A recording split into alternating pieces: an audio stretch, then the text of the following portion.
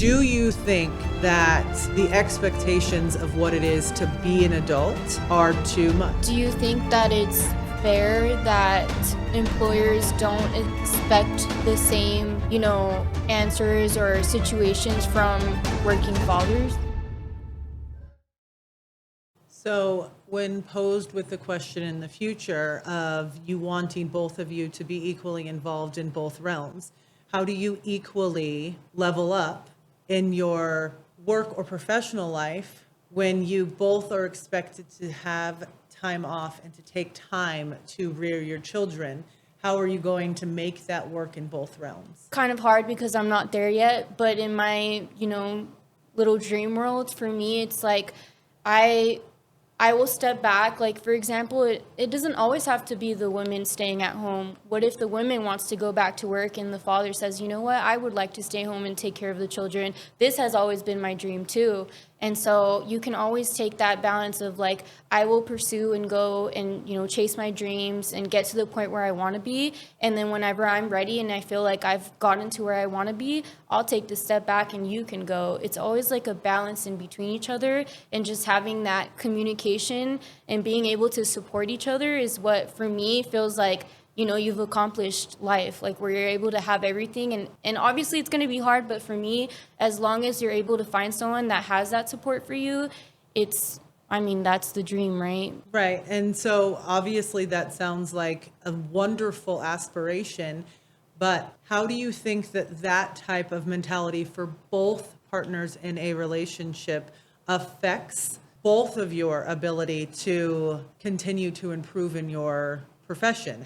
How do you think of each one of you at separate times taking that extended period of time to rear children is going to affect your careers? You have the experience, you tell me. Hey, quick break from the episode. I want to tell you about a new mastermind community I'm building with some incredibly high achievers. We're calling it The Den. It's a space for leaders, entrepreneurs, and visionaries who are ready to level up their business and their life. Coaching, networking, strategy, all in one place. And right now, you can get in completely free for 3 months. Link is in the description. Now back to the episode. You and I have had this conversation a little bit about me giving you blind observations of 2 applicants that are applying for a job. Mm-hmm. And applicant A has 10 years of experience, but of those 10 years of experience, they've had an accumulated 36 months of time off. And you don't know why, but when it's that extended, you can assume that it's going to be for childbirth or to care for someone on some sort of extended care type of leave. And then you have someone who's equally been in the job market for 10 years, and they've only ever taken their prescribed vacation time. And so one person is going to have a full 10 years of experience, whereas, yes, this person has been working for the same amount of time. Who are you going to hire? For me, it's like this one makes more sense than the other, but also the person that has worked straight on for 10 years can be burnt out, can also be tired of working so hard and not put in the same effort as somebody who has taken time off to accomplish what they need to do outside of it and then come back refreshed. And also, this person over here, if it is anything to do with, taking time to raise their children, it's also somebody that can have more of like a life experience in being able to balance children and going back to work. So that makes me feel like that person can be a little bit more able to manage all these stressful situations rather than someone who's worked 10 years in a row, gone home, done nothing, come back. For me, it's based on what the person can handle and can't handle. But you aren't going to know that because you can't ask these questions in a interview. You can't ask them about protected topics. So you don't have anything other than this person has 10 years of experience and I'm going to pay them X amount and I need them to be super reliable because they're the person that's going to be my right-hand man or they're going to be my go-to person. Whereas this person in theory is the same age and has worked for 10 years, but has had 3 years of time off. And you don't know the reasons why, but from a purely employment standpoint, you choose the person who has had no time off. And in this scenario, that is a woman. That is a woman who's decided not to pursue having children because she knew that the way to get to her aspirational job was to grind it out, versus the husband who took the time off because his wife had more experience or had a higher paying job, and it just made more sense in that scenario to take the time off. You don't know the genders of it, it doesn't really matter. But the problem I see so much, especially with your generation, is that I think that everyone thinks that life should be easier than it really is, that we should take into consideration all of these things, that it's not fair that someone shouldn't be able to take time off to take care of their children and come back and start their career at the same place as someone who hasn't. But that in and of itself is the consequence that you've made for making that decision. It shouldn't necessarily be held against you, but you should be looked at as the person who really has 7 years of experience versus a person with 10.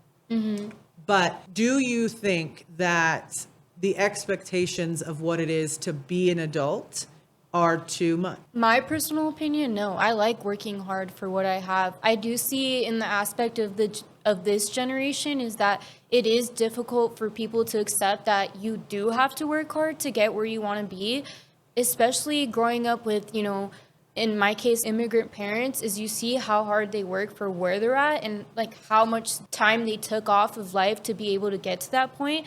So that makes me want to work harder. But I do see that also when they're telling you stories of how hard they worked and how hard it was and how difficult, how scary, that can also make this generation feel a little bit fearful of, wow, is it always going to be this hard to get where my parents were at? Do I always have to work 10 times harder? In that aspect, I kind of understand where people are coming from, because why work so hard whenever you can work, to get to that point, but also have a simple, good life. Not everyone wants such a extravagant life and like such a crazy work day. Like there's some people that really do just want to go to work, go home and do what they got to do. I don't think everything needs to be so much harder than what people from the older generation pushed on to the younger people. Well, I think that that's because the older generations had to work harder. They had different aspects of, world problems that have come into their view. I mean, we're talking about people who have lived through wars. We're talking about people who fought in these wars. We're talking about people who have experienced a tremendous amount of ups and downs in the economy, ups and downs in the housing markets, people who have tried different careers and failed, people who've purchased homes and lost them. And I think that wanting to have a simple life is a wonderful thing. And I think that, again, goes to what we were talking about, whether or not you want to be a stay-at-home mom or you want to be a CEO. Obviously, there's a huge thing in the middle that doesn't mean that you have to, aspire to be one or the other. But I think that regardless, people do need to have a little bit more reasonable and a rational mindset about what it does take to own a home, to have 2.5 children and a picket fence and 2.5 dogs, because children cost money. Someone has to get the children to school. Someone has to make sure that they're doing their school. Someone has to be able to go out and work and make money. And there's going to be sacrifices no matter how you look at it.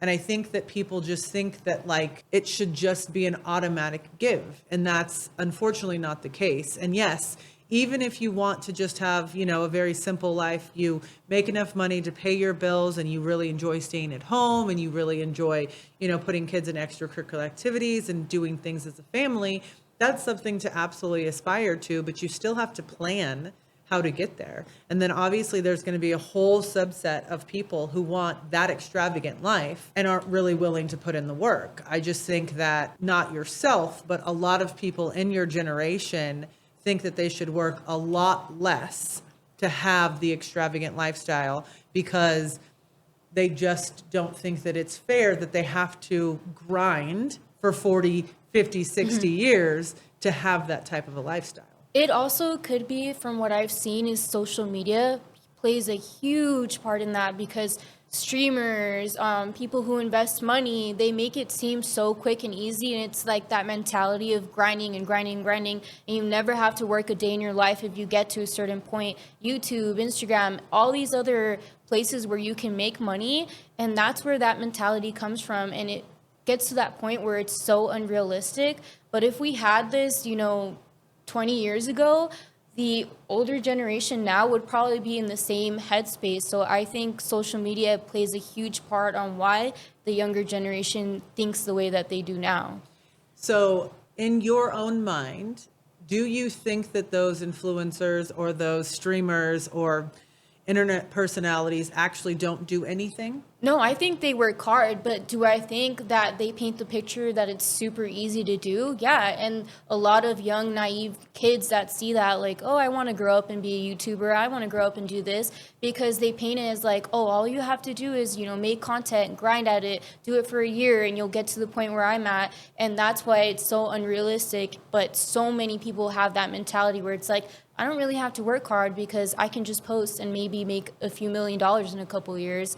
And that's what's hard about it now. Right. I think that goes into people's lack of actually doing any type of research. That was, again, one of the themes in yesteryear was that everyone really hated on Natalie because she made it seem like she had this perfect, super easy life and that it wasn't this entire orchestrated event. And I think that does highlight the problem with what happens online now is that they do think that you just wake up in the morning, you turn on your camera, you go and you make your sourdough bread and your children come down perfectly dressed like they've never had a tantrum in their life and that it's this perfect life. Well, that's not true. Some of these internet sensations are literally filming content 12 to 15 hours a day. They're employing people to be able to put together their content. And so, yeah, it is a real false notion that you can just